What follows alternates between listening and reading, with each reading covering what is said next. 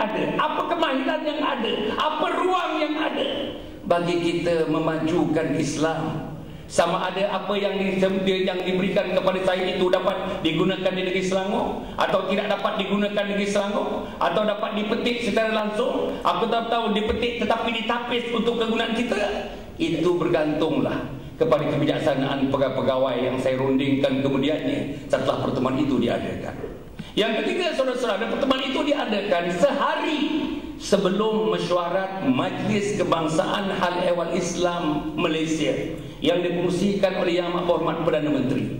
Majlis itu saya telah ditunjuk oleh Yang Amat Berhormat Menteri Besar supaya mewakili Menteri Besar, mewakili kerajaan negeri untuk duduk dalam majlis tersebut dan hadir dalam mesyuarat yang hari yang berikutnya. Di antara ahli yang biasa hadir ialah Mufti Negeri Perak. Ingin saya mendapat daripada beliau input-input, terutama apa yang dibincangkan, setakat mana dalam yang dibincangkan, apa area selalu yang dibincangkan, bagaimana respon negeri biasanya, apa yang baik untuk negeri, bagaimana cara keputusan dibuat, seluruhnya saya memerlukan pandangan satu perspektif tentang mengurus Islam, mengurus kerajaan negeri yang sandarannya tidak lain dan tidak bukan adalah Islam. Maka sebab itu, saudara-saudara, saya memerlukan sedikit input daripada orang-orang yang saya anggap orang-orang yang berpengaruh dalam diri ini. Yang keempat, saudara, segala-galanya berlaku dalam keadaan yang telus, bukan dalam keadaan yang sepi-sepi, dalam keadaan yang tersembunyi, yang kadang tersorok-sorok. Dia dilakukan dalam keadaan yang terbuka seperti itu, untuk menggambarkan tidak ada yang nak disorokkan. Saya datang untuk mendengar butir-butir hanya mengenai kemajuan Islam dan juga adat-adat Melayu, dalam mana mufti itu terlibat secara langsung selama 30 tahun. Beliau menjadi mufti dan kadi besar kerajaan negeri Perak Darul Ratuan. Maka dengan itu, tuan-tuan dan puan, insya-Allah dalam pertemuan yang terbuka seperti itu, kita mengharapkan sesuatu, dan saya telah mendapati sesuatu daripada pertemuan itu untuk saya garap, untuk saya cerakin, menggunakan sedikit kematangan teman-teman dan saya yang ada untuk kita terapkan sebahagian daripadanya untuk kebaikan kepada pentadbiran Islam dan adat Melayu di negeri Selangor ini. Akhirnya, saudara, saya ingin menyebutkan bahawa tidak ada follow up daripada itu. Itulah pertemuan awalnya dan akhirnya. Dia tidak kontak saya tidak kontak dia. Tidak pernah diceritakan pun bahawa kita akan bertemu kali kedua, kali ketiga untuk membincangkan selanjutnya apa yang harus dibincangkan. Kalau yang perbincangan itu yang didudukkan, yang diagahkan, saya membincangkan hal-hal tentang politik perpaduan. Tak ada cerita tentang politik perpaduan. Ceritanya ialah bagaimana saya mesti mendapatkan maklumat yang sebanyak-banyaknya, taktik yang sekuat-kuatnya, pendekatan yang sehebat-hebatnya, strategi yang sebaik-baiknya, bagi kita mendapatkan gambaran bagaimana caranya kita nak mentadbir mengurus jabatan Islam di negeri Selangor ini bersama dengan adat Melayu tersebut.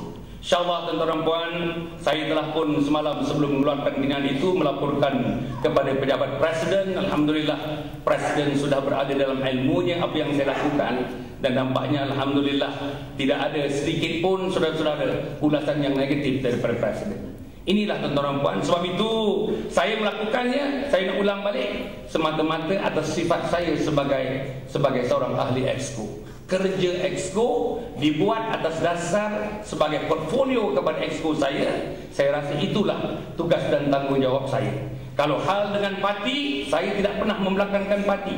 Kalau hal berkaitan langsung saya sebagai Putrajaya, sudah tentunya lah teman-teman di Berkat Perhubungan Negeri antara orang yang terdahulu mendapatnya. Teman-teman di Berkat Pusat pun adalah di antara orang-orang yang terdahulu mendapat berita tersebut. Maka dengan itu, tuan-tuan, saya mengharapkan dengan penjelasan ini, dengan penjelasan yang ada dalam akhbar, di dada-dada akhbar pada pagi ini, saya harap insya-Allah apa juga yang berkaitan dengan perkara ini akan terus dihentikan kerana tidak menguntungkan mana-mana pihak. Tidak menguntungkan kita dan tidak menguntungkan, dan hanya menguntungkan musuh-musuh kita. Marilah kita bersama-sama dengan sedikit penjelasan ini, dengan keikhlasan, dan tuan-tuan telah memberikan semangat ikhlas amanah kepada saya. Inilah amanah yang saya junjung selama ini. Saya tidak pernah membelakangkan saudara dalam apa tindakan yang saya ambil pun. Saya tidak pernah mengambil tindakan berseorangan begitu saja. Tapi saya mengambil tindakan itu kalau sebagai exco, sudah tentulah tindakan itu diambil dalam keadaan konteks saya menjalankan tugas sebagai seorang exco. Sebagai seorang Putrajaya, sudah tentulah tindakan politik sebagai seorang Putrajaya itu. Maka teman-teman politik bersama-sama dengan saya secara kolektif biasanya mengambil arah kepada tindakan-tindakan yang kita ambil itu. Maka dengan itu tuan-tuan dan puan, dengan lafaz Bismillahirrahmanirrahim, maka saya dengan ini merasmikan munakasyah yang kita adakan bagi tahun ini.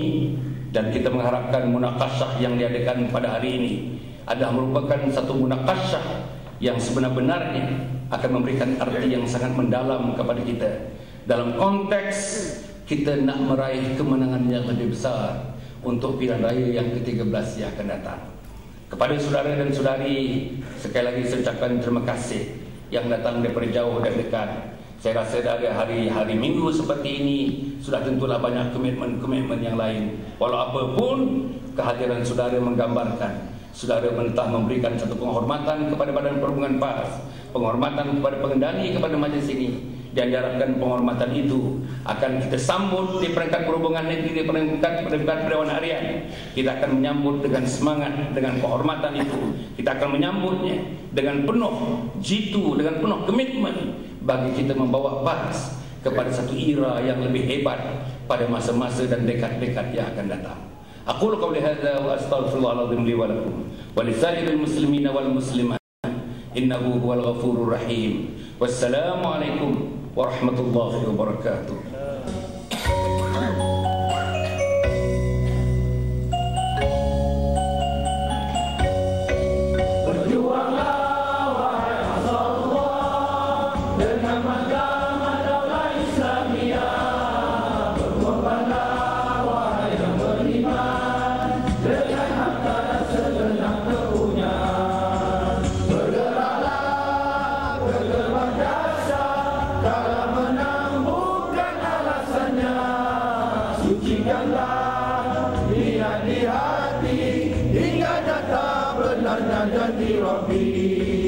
Selamatlah hati Islam melangkah, membimbing umat ke medan siasah, berpedoman dan Al-Quran dan Sunnah, suburlah hidup